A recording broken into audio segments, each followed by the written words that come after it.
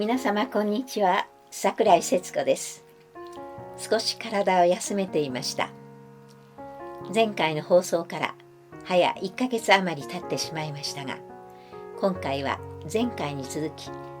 さらに踏み込んだお話をしたいと思います。前回私は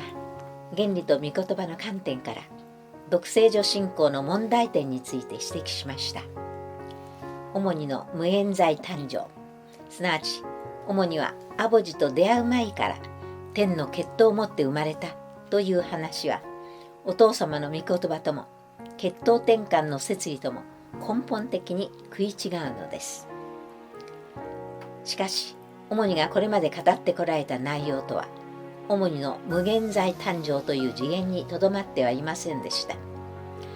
主にの語られる独聖女論の核心とは、アボジが現在をもって生まれたというものであり、アボジは主によって現在が生産されたのだという主張なのです。日本のシックの皆さんの多くは、いまだにそれが反対派やいわゆる分派の人々によって作り上げられた偽りの情報だと信じ込んでいることでしょう。なぜなら教会がそう説明してきたからです。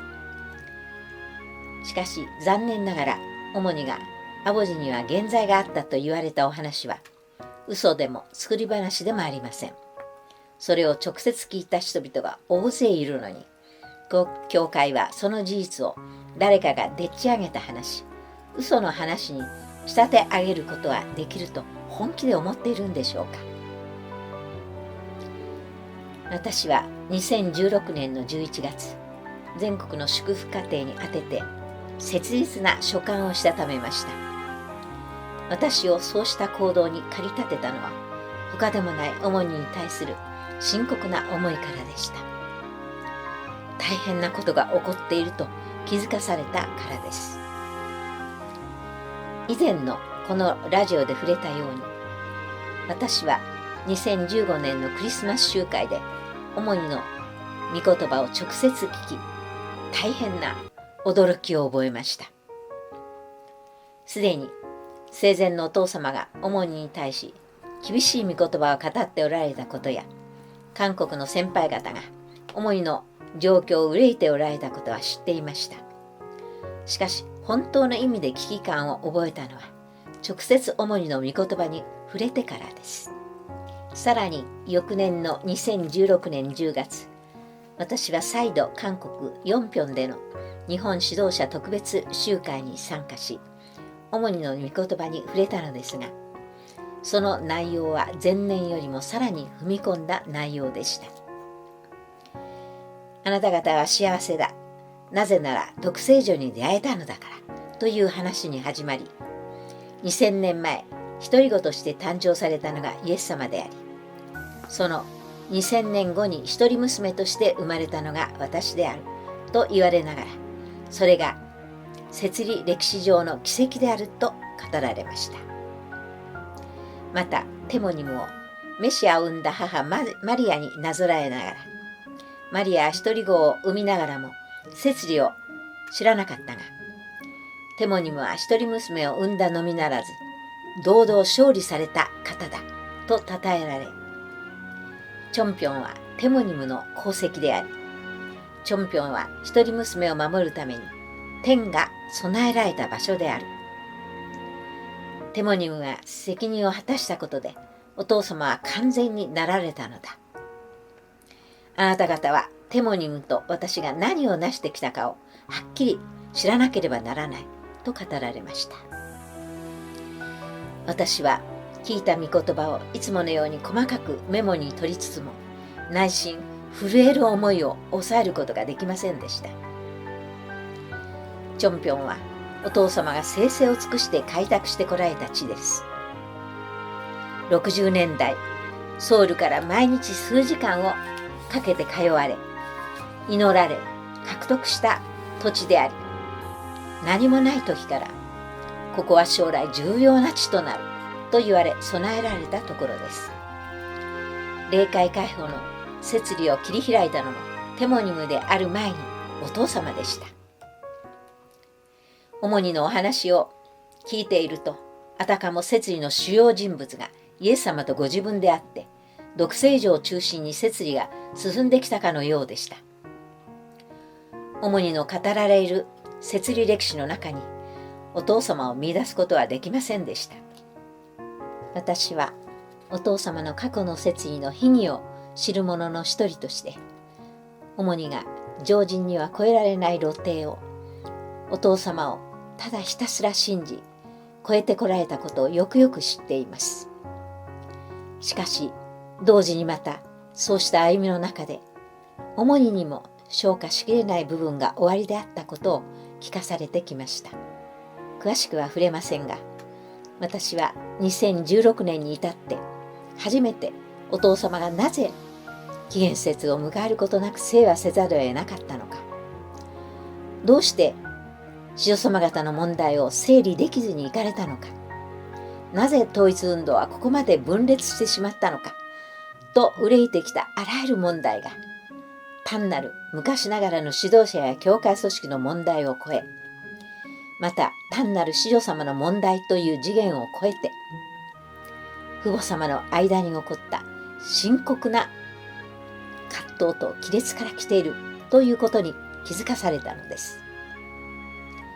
その切実な思いから例の書簡を発信するに至りました。誠の家庭に、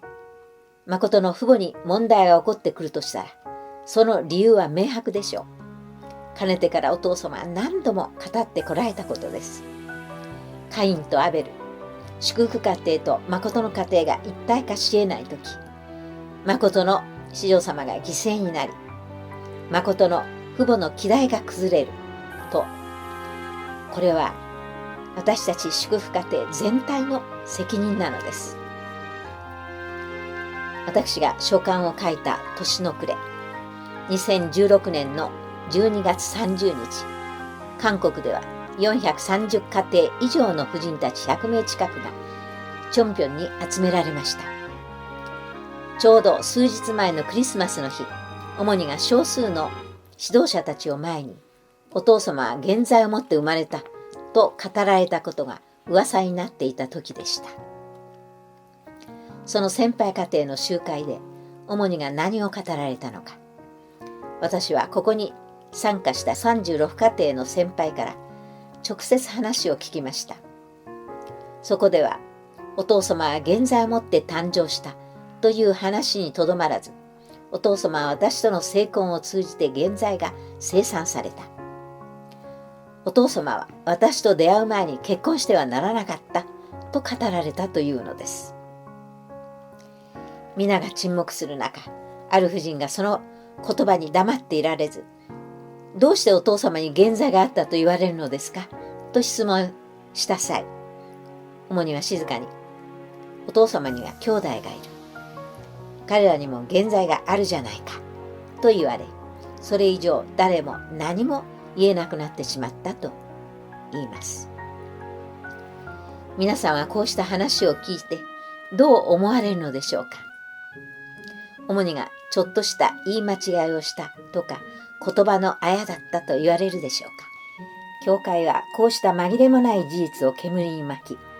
あらゆる証拠を伏せ、記録を書き消してきました。しかし現存する映像記録、音声記録からだけでも、主にが驚くほど一貫性を持ってご自分の主張を繰り返し語ってこられたことがわかります。お父様は16歳にイエス様の使命を受け継いだ時に独り子としての資格を得たのだ。南にいるお父様に天は北に行けと言われた。それは独り子の位置を探していく過程であって独り子ではなかった。神を父と知って生まれたのは私と2000年前のイエス・キリストだけである。すべて主にが語ってこられたことです。それでも皆さんはまだ何か意味があるのだろうと言われるんでしょうか。教会の責任者たちは、また教理の担当者たちは、こうした問題を知りつつも、主にが語ってこられた独聖女信仰の恐ろしい問題を知りつつも、主にを守るという美名のもと、またシックを混乱から守るという大義名分のもと、この問題に蓋をし続けてきました。さまざまな御言葉を引っ張り出しては論点をぼかし、問題をすり替え、あたかも分派の攻撃から主にやシックを守るかのように見せながら、逆に真実を述べている者たちを糾弾し排斥してきました。それが本当に主にのためなのでしょうか。シックたちのためなのでしょうか。指導部の皆さんが、教理の皆さんが本当に主にの現状を問題がないと信じ、本気でシックに今の主にに従うことを求めるなら、主にが言われていることを切り張りしたり隠蔽したりしないで、そっくりそのまま述べるべきではないでしょうか。後になって全てのことが明るみに出たとき、皆さんは全シックにどう釈明されるのでしょうか。シックの霊的生命にどう責任を取るおつもりでしょうか。自分は最初から問題に気づいていたんだと言うんでしょうか。あるいは私は全く何も知らなかったんだと言うんでしょうか。知らないならシックを誤導すべきではありません。知っているなら自らの良心に正直になってください。真実に立つなら今です。私はオムニの問題に気づかされたとき、ヒョンジン様の言動が初めて理解できるようになりました。オムニの課題に気づかず、シックたちが皆それに付き従ってしまうならば、シックの霊的生命は失われ、その霊的責任の一切をオムニが背負うことになることをヒョンジン様は危惧しておられました。だからこそヒョンジン様は自らが散々誤解され罵倒を浴びせられながらも父母様の問題を極限まで守り、同時に兄弟姉妹たちにその方向に進んではならないと必死に叫んでこられたのです。そんな方を私たちは長らく父母様に立てつく者として分派の頭として打ち続けてきました。それはあたかも2000年前、何の事情も知らず時の指導者たちに先導されるがままイエス様を十字架につけたのと同じようなものです。皆さんはそのような間違った歩みをこれからもし続けるのでしょうか。あるいは見ぬふりをされ続けるんでしょうか。事実を認めること、真実を見つめることは時には非常に苦しいことでもあります。でも私たちが信仰を持つものであり、神様を知るものであるなら、真実を求めなければならないと思うのです。皆さんが真実を見つめる勇気を持ち、そして正しい道を決断してくださることを心から願い、今日はここまでで終わりたいと思います。ありがとうございました。